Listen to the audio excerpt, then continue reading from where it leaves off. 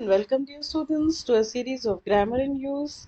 This is a video based on question overview. It is a summary of all 8 lessons done earlier. This will help you to summarize, establish differences, and even your difficulties and doubts will be cleared in this video.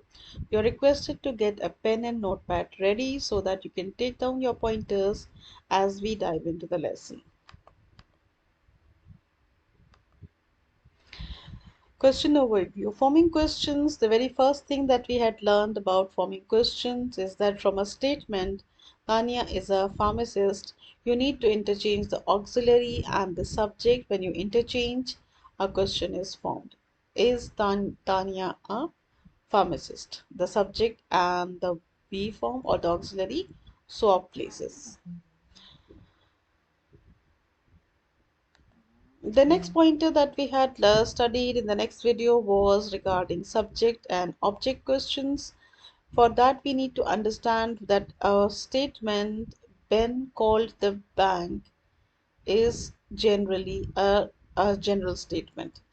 Regarding questions, you may have you'll be able to form two kinds of questions based on the statement.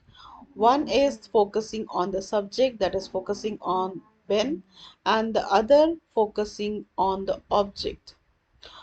The questions are based on, one is that who did the action, and the second is who received the action. Let us see.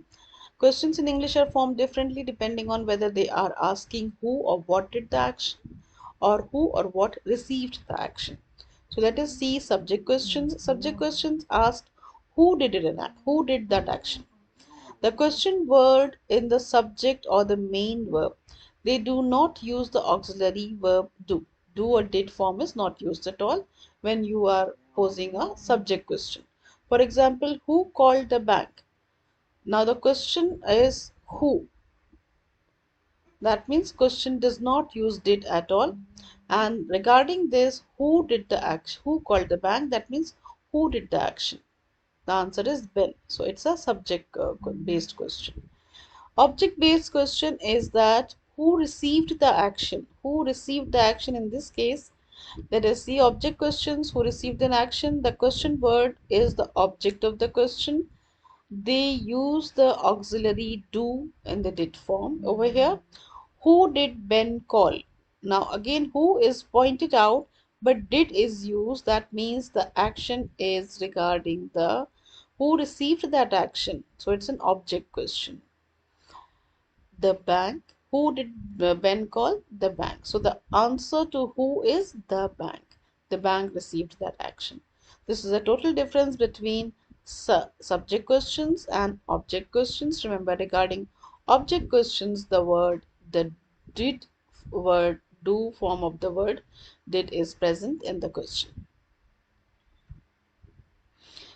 The next pointer that we have is that questions in English are formed in different ways depending on the main verb. Open and closed questions are formed differently. That means they follow different rules and spoken with different intonation. Intonation means rise and fall of voices. Joe has been to Paris. We interchange the subject with the auxiliary over here.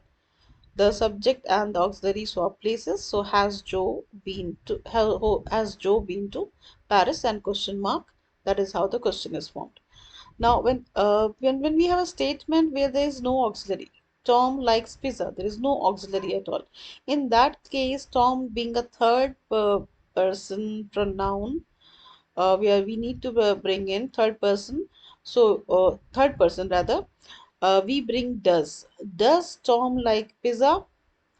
A form of do goes before the subject. The main verb does the base form. The main verb goes in its base form. For example, the word likes become like. So we have got two pointers in this. One is that Tom likes pizza, Tom being a third person about whom we are talking. So for third person, we usually use does. So we bring in that as for the question tag. Does Tom, and then the base form of the verb s is dropped, it becomes like. Does Tom like pizza?